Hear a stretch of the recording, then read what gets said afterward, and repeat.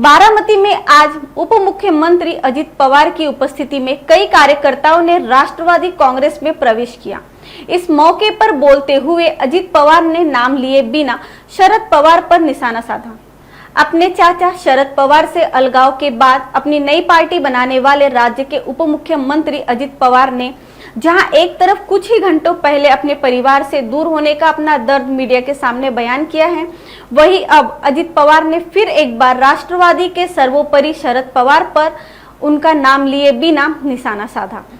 आज बारामती में आयोजित कार्यक्रम में बोलते हुए अजित पवार ने कहा कि शरद पवार ने कभी अर्थ मंत्रालय नहीं संभाला, इसलिए उन्हें विकास निधि के बारे में कोई जानकारी नहीं। प्रत्येकाला आम्ही पण तुमच्या कॅटेगरीमध्ये राहायचो। आम्हाला कळायचं ही काय विनंती आहे, चांगला आहे, व्यवस्थित आहे। पण जे रस्ता होता, मी परवा नाशिकला गेलो होतो, तिथं एक कोणतरी लेडी पुण्याची, ती दरवर्षी तिथल्या काही लोकांना द्राक्ष खरेदी करताना काही कोटीला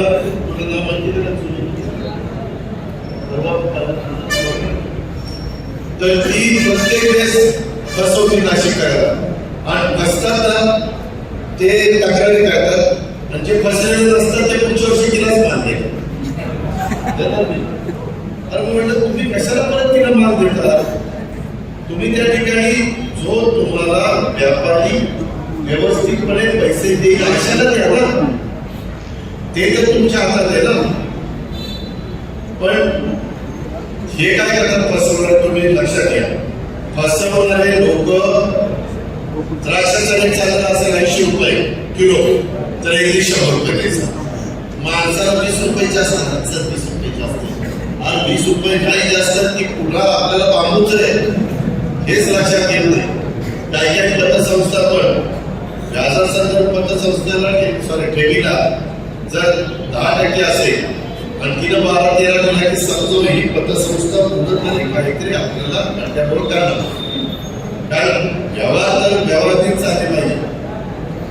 या सगळ्या गोष्टी आहेत। आपल्याला भूजल समृद्धी ग्राम स्पर्धेत काराटीचा राज्यावर काराटी गाव राज्यात प्रथम क्रमांक आला, त्याबद्दल मी त्यांचं मनापासून अभिनंदन करतो।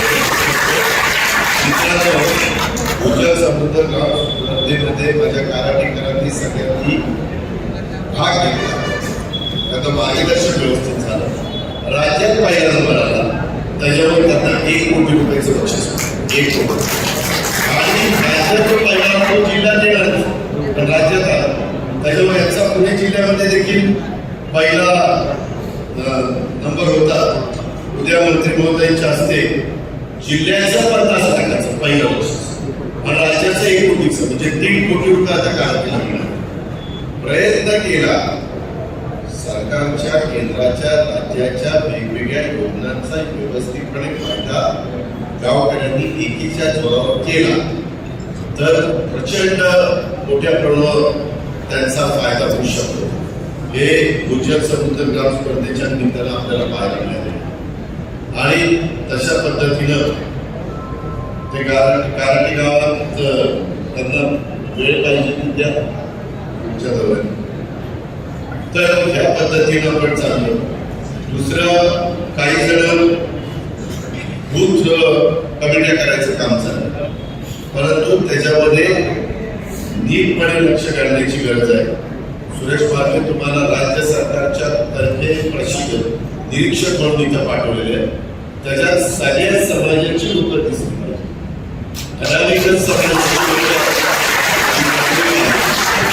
पहिल्यापासून ज्या दिवशी आम्ही राजकारणाला सुरुवात केली